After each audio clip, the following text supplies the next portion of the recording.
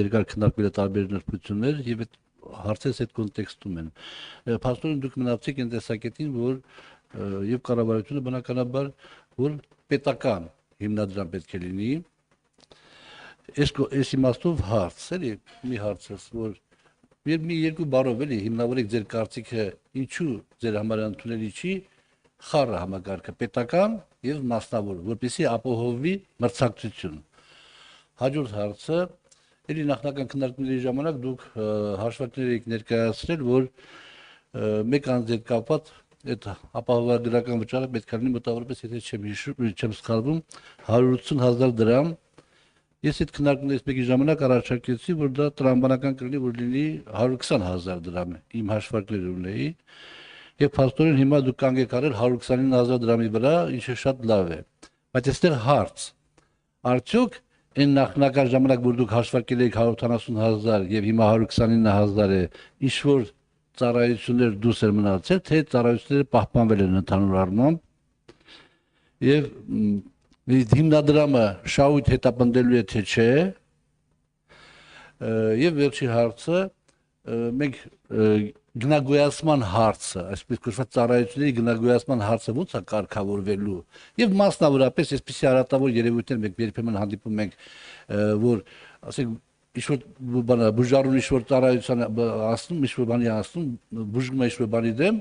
եւ այնտեղ ասենք դուք նախատեսած կլինեք երևի թե ինչ դեղորյակները, բայց տվյալ հաստատությունը կամ տվյալ բժիշկը կարող ասի, հա, խնդիր չկա, այս դեղերն են, բայց ավելի լավ կլինի այ այս դեղերը, որոնք շատ ավելի թանկ կլինեն։ Այդ հարցերը կարգավորելու մեխանիզմներ ունեք։ Պարոն Աղազարյան, շնորհակալ եմ հարցերի համար։ Տեսեք, ինչու էինք հանգել 2-3 տարի առաջ ուրեմն այն տեսակետին, որ Հայաստանի համար պետական ապահովագրություն ունենալ բազային փաթեթը ապահովելու ամենաարդյունավետ տարբերակն է, որովհետև շատ հանգամանքներ ենք ուսումնասիրել, տարբեր երկրների փորձառությունն ենք ուսումնասիրել, այն մոտեցմամբ, թե երկրները ինչպես են օրինակ սկսել ապահովագրական բարեփոխումները, հետո ինչպես են վերափոխել, որովհետև բազմաթիվ հարցեր են առաջացել, եւ ըստ էության շատ երկար հիմնավորումներ եւ արգումենտներ ենք ներկայացրել մեր գործընկերների հետ քննարկումների ժամանակ։ Նշում եք մրցակցություն։ Մրցակցություն ինչի համար։ Հիմա տեսեք, դուք ապահովագրական ընկերությունն եք, մրցելու եք, որ ում ապահովագրեք, երիտասարդ, առողջ, աշխատող քաղաքացիներին։ Բա 65 տարին պլյուս մինչև 3 տարեկան։ Պարոն Աղազարյան, խնդրում եմ ընթացակարգը պահպանել, նախարար Թոխոսը։ Տեսեք, դուք ասում եք համամասնությունը ապահովենք։ Բա որ համամասնությունը ապահովենք, ո՞նց ենք մրցելու։ Չի կարա մի բանի շուրջ մրցել լինի, եթե մենք կարգավորենք ինչա լինելու եւ ասենք դու 10 հոգի, 10 տարեկան, 20 հոգի, 30 տարեկան, մինչեւ 30 եւ այլն բաշխենք, բայց որ բաշխենք, ո՞նց են մրցելու։ Չի լինի մրցակցություն այլևս։ Այսինքն մենք նորից վերադառնում ենք այն մտքին, որ ապահովագրական ընկերությունները չպետք է մրցեն հնարավորինս առողջ աշխատող երիտասարդ առողջ ապրելակերպ վարող քաղաքացիներին ապահովագրել, իսկ մնացածը մնան պետության հոգացությանը։ Նաև սա ցույց է տալու մեր այսօրվա իրականությունը։ Այսօր, եթե 65 տարեկան անձը ուզենա գնա ապահովագրվի, կապահովագրվի, անգամ բարձր գին վճարելով։ Մինչև այս վերջերս իհարկե ոչ։ Եվ սա է, որ այո, այս դաշտում մրցակցությունը բերում է հասարակության ամենախոցելի խմբերի դուրս մղմանը կամ այս անձանց ապահովագրավճարը դառնում է շատ թանկ։ Սա է մրցակցության արդյունքը սա է։ Գալով նրան, որ եթե պիտի պետությունը ամբողջ հաշվարկը անի, համամասնությունները որոշի, բաշխումները իրականացնի, եւ այլն, եւ այլն, եւ այլն, եւ այլն, տա մասնավորին ինչի համար, որպեսզի ինչ անի մասնավորը, օպերատորությունը անի։ Մեր կարծիքով եւ մեր հաշվարկների արդյունքում Եթե դա անում է 1 հիմնադրամ եւ ոչ թե 6, 7, 10 հիմնադրամ, այստեղ էլ ենք ծախսերը կրճատում։ Եվ եթե չլիներ պետական ապահովագրության 1 միասնական հիմնադրամի գաղափարը, ծախսերը մինչև 2% չեն լինի, այլ կլինեն մինչև 7, 8, 10%, որովհետեւ միևնույն գործառույթը 7 ընկերություն անի, թե 1 ընկերություն անի, լրիվ տարբեր ծախսերի մասին ենք խոսում։ Երկրորդ արգումենտը։ Երրորդը, մենք մեր բոլոր քաղաքացիների ռիսկերը, տեսեք, առողջ հիվանդ, ծեր, երիտասարդ, երեխա,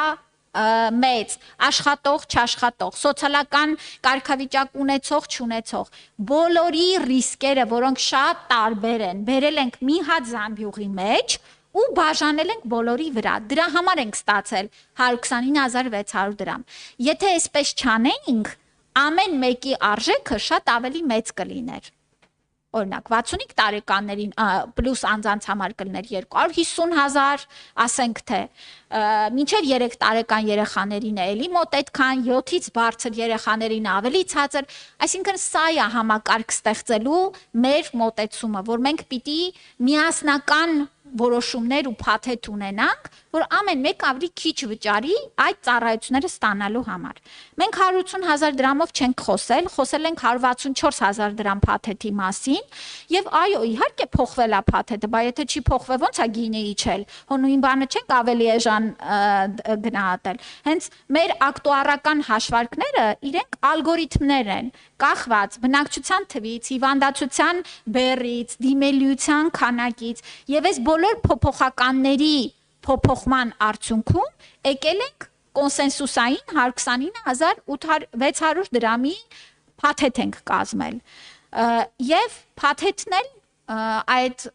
որ ասում եք ներառում է հիմնական ուղղություններն ու հիմնական կարիքները։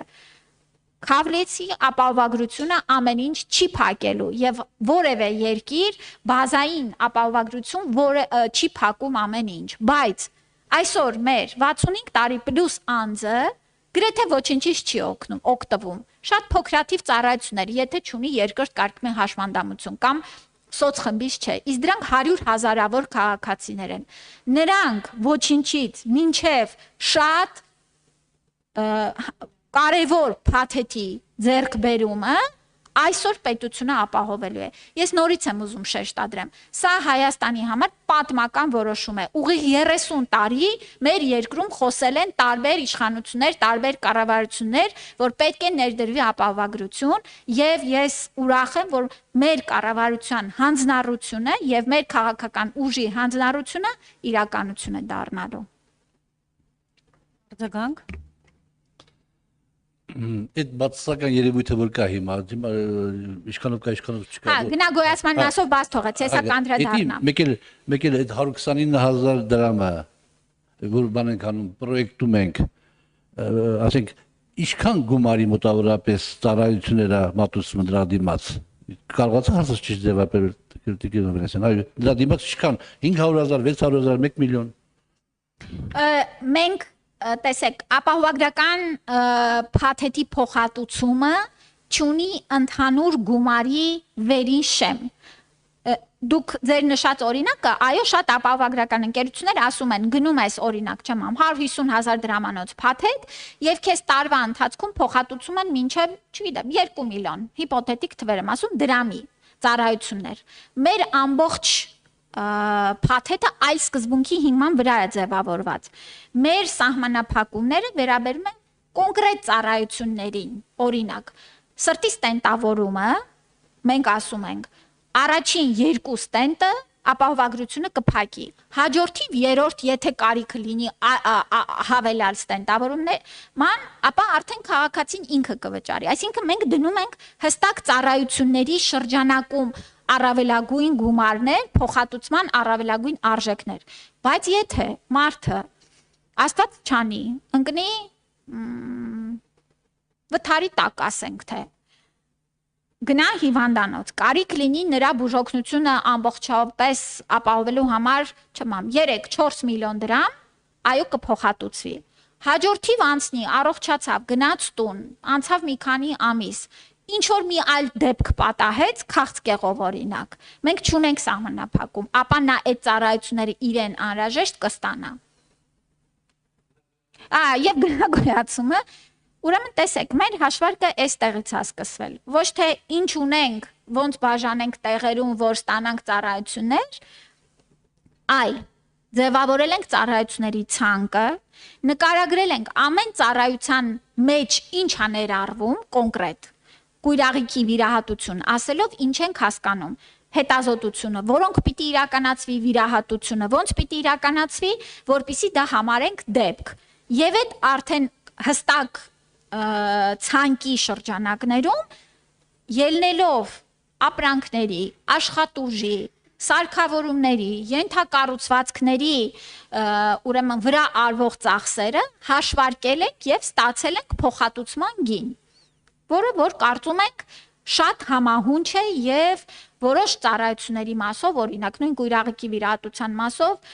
3 անգամ, պարոն Ղարազյան, ոնց որ մինչև 50 կներեք, մինչև 100% աճ ունենք ծառայության գնի։ Այլ ծառայության գնով կարող է չունենանք աճ, որովհետև վերջերս ենք օրինակ վերանայել պետպատվերի շրջանակում։ Շնորհակալություն, բայց տեսեք, պետությունը կառավարությունը հսկայական գումար է նախատեսում։ Եվ այսեք շատ մարդկանց ախորժակը կարող բացվի։ Հետևաբար հնարավոր չի, որ բուժական ես ներողություն եմ խնդրում իհարկե, բուժական ծառայություն մատուցող հիմնարկները, կենտրոնները իրանք ասեն գները բարձրացնեն։ Մեկը գիտեն մարդիկ գալու են փողերը բերել են պետության փողերն այլի։ Բայց վերահսկողություն չլինի ինչ-որ ձևով։ Գները չեն կարող վերանայել իրենք, գները մենք ենք վերանայում։ Մենք ասում ենք, այս ցանկը, այս գներով պատրաստ ենք գնել։ Բուժ ծառայություններ ազատ առաջարկ ենք ներկայացնում։ Բերեք մեզ հավաստիացումներ, որ ապահովում եք SSSS կետերը բժշկական կենտրոններին վերաբերյալ, եւ եթե դուք ապահովեք այդ բոլոր պայմանները, կդառնաք մեր ուրեմն ապահովագրություն տրամադրող բժշկական կենտրոն եւ ծառայությունները մեր շահառուներին կտրամադրեք այս գներով, այս ծավալով, այս չափերով։